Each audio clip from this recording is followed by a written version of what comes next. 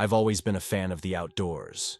Camping, hiking, fishing, you name it. I'm there. But after what happened on my last solo camping trip, I'm not sure I'll ever feel the same about the wilderness again. It was early September, and I decided to take a weekend off to camp at a spot I'd heard about from a friend. It was deep in the woods, far from any town, and supposedly one of the most serene places you could find. I was looking forward to the peace and quiet, a break from the constant noise of city life. The drive took most of the day. By the time I parked my car at the edge of the forest and hiked to the campsite, the sun was already dipping below the horizon. I quickly set up my tent and got a fire going. The silence of the forest was almost palpable, broken only by the occasional rustle of leaves and the distant hoot of an owl. It was perfect, or so I thought. After dinner, I sat by the fire, enjoying the warmth and the starry sky. I was so lost in the beauty of the night that I almost didn't notice the feeling that crept over me. It was subtle at first, just a slight prickling at the back of my neck, like I was being watched. I brushed it off as nerves. After all, I was alone in the middle of nowhere. But the feeling didn't go away. In fact, it grew stronger. Every time I looked up from the fire, I felt like something was just beyond the reach of the light, hidden in the darkness. I tried to shake it off, but the unease settled in my gut like a lead weight. Deciding to call it a night, I put out the fire and crawled into my tent. The small space felt comforting, a barrier between me and whatever was out there. I zipped up my sleeping bag, trying to convince myself that everything was fine. I woke up to the sound of footsteps. Slow, deliberate footsteps, circling my tent. My heart pounded in my chest as I lay there, barely breathing. The footsteps stopped, and for a moment there was silence. Then, a scratching sound, like fingernails on fabric. Someone, or something, was outside, dragging its fingers across the surface of my tent. I grabbed my flashlight and turned it on, pointing it at the walls of the tent. The scratching stopped, but I couldn't see any shadows or shapes. I waited, listening, but all I could hear was my own ragged breathing. After what felt like an eternity, I heard the footsteps retreating, fading into the distance. I lay there, wide-eyed and terrified, until the first light of dawn seeped through the fabric of my tent. Only then did I dare to unzip the door and peek outside. There were no footprints, no signs that anyone had been there. But the ground around my tent was disturbed, the leaves and dirt scuffed up in a wide circle. I packed up my gear as fast as I could, my hands shaking. I didn't care about breakfast or even making sure I hadn't left anything behind. I just wanted to get out of there. The hike back to my car was the longest of my life. Every snap of a twig, every rustle of leaves sent my heart racing. I felt eyes on me the whole time, but I never saw anyone. When I finally reached my car, I jumped in and locked the doors, my breath coming in gasps. I drove straight home, not stopping until I was safely inside my apartment. To this day, I don't know who or what was out there in the woods with me, but I do know one thing. I won't be going back to find out.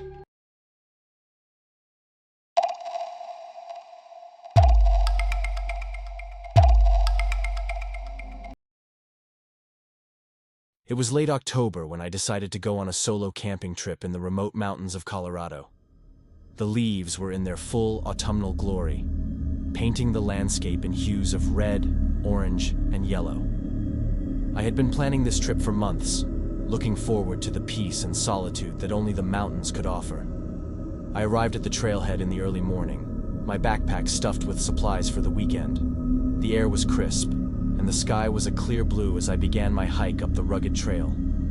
The forest was alive with the sounds of rustling leaves and the distant calls of birds. I felt a sense of exhilaration as I trekked deeper into the wilderness, away from the noise and chaos of everyday life. By late afternoon, I had reached a clearing with a stunning view of the valley below. This was the spot I had chosen to set up my camp. I pitched my tent, gathered some firewood, and soon had a small campfire crackling away. As the sun dipped below the horizon, the temperature dropped quickly. I wrapped myself in my sleeping bag, enjoying the warmth of the fire and the peacefulness of the night. Just as I was starting to doze off, I heard it.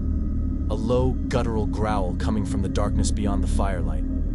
My heart skipped a beat, and I sat up, straining my ears to listen. There it was again, closer this time. It sounded like no animal I had ever heard before.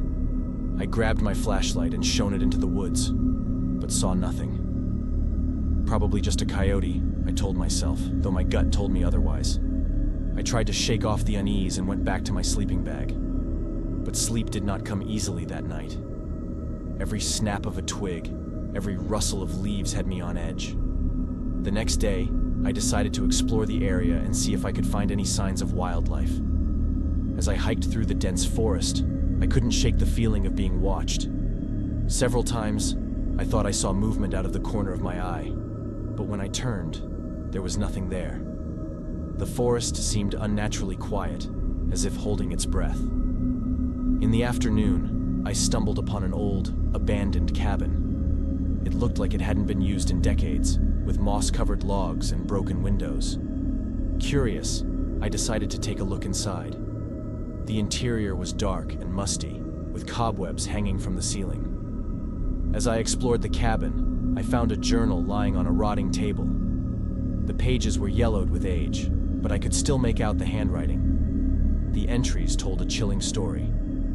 The cabin had once belonged to a trapper named Jacob, who had lived there with his family. According to the journal, they had been plagued by strange occurrences, eerie sounds in the night, missing livestock, and sightings of a shadowy figure lurking in the woods.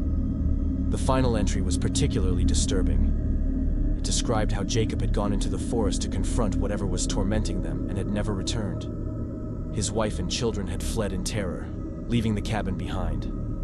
As I read those words, a shiver ran down my spine. It felt like the past was coming alive around me. I decided to leave the cabin and head back to my campsite before dark. On my way back, I couldn't shake the feeling that I was being followed. Every now and then, I would hear footsteps behind me, only to turn and see nothing. That night, I built a larger fire and kept my flashlight close at hand. The growling sounds returned, louder and more menacing. I stayed awake, scanning the darkness, my heart pounding in my chest. Around midnight, the noises stopped abruptly, and an eerie silence fell over the forest. I felt a cold breeze, and the hairs on the back of my neck stood up. Suddenly, a shadowy figure emerged from the darkness, standing just beyond the firelight. It was tall and gaunt, with glowing eyes that seemed to pierce my very soul. I was paralyzed with fear, unable to move or speak. The figure slowly raised a skeletal hand, pointing directly at me. A wave of cold washed over me, and I felt an overwhelming sense of dread. Then, just as suddenly as it had appeared, the figure vanished. I sat there, trembling and sweating, trying to make sense of what I had just witnessed. I knew I couldn't stay another night in those mountains. At first light, I packed up my camp and hiked back to my car as fast as I could, constantly looking over my shoulder. When I finally reached civilization, I felt a huge sense of relief, but the experience left me shaken. To this day, I don't know what I encountered in those mountains. Some say it was the spirit of the trapper, still searching for whatever took his life. Others believe it was something far more ancient and evil. Whatever it was, it made me realize that the wilderness holds secrets we may never understand. So if you ever find yourself alone in the mountains, remember my story, and maybe, just maybe, you'll think twice before venturing into the unknown.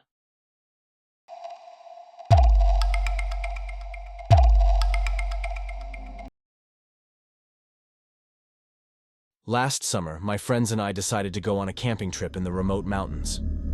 We were all seasoned campers, so we thought we were prepared for anything. Little did we know, we were about to experience something straight out of a horror movie.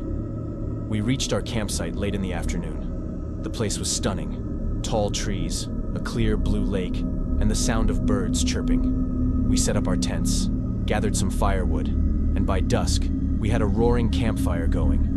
The first night was perfect. We told stories, roasted marshmallows, and laughed until our stomachs hurt. As the night grew darker, we decided it was time to turn in. The forest around us was eerily quiet, with only the occasional rustle of leaves. I crawled into my tent, zipped it up, and settled into my sleeping bag. I remember thinking how peaceful it was. Around 2 a.m., I woke up suddenly. At first, I couldn't figure out why. My heart was racing, and I had this intense feeling of dread.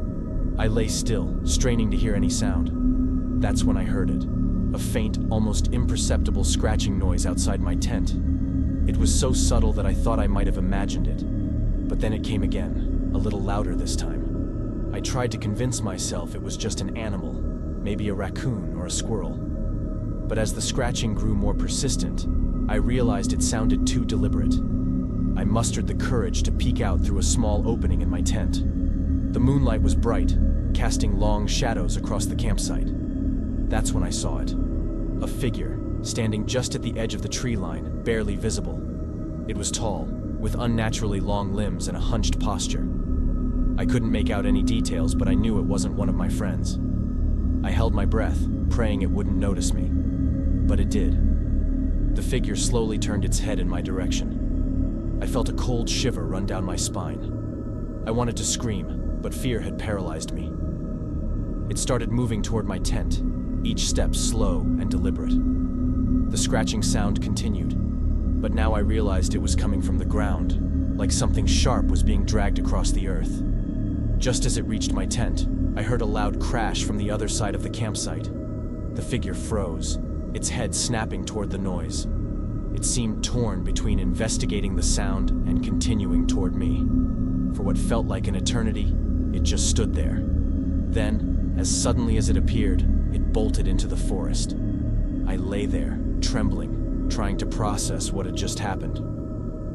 I couldn't sleep the rest of the night, my eyes glued to the tent flap, listening for any sign of the creature's return. As soon as dawn broke, I woke up my friends and told them everything. At first, they thought I was messing with them, but when they saw the genuine fear in my eyes, they knew I wasn't joking. We quickly packed up and left the campsite, not looking back. To this day, I have no idea what that figure was. Was it a person? An animal? Or something else entirely? All I know is that I will never forget that night in the mountains. It was the most terrifying experience of my life, and it has forever changed the way I look at camping.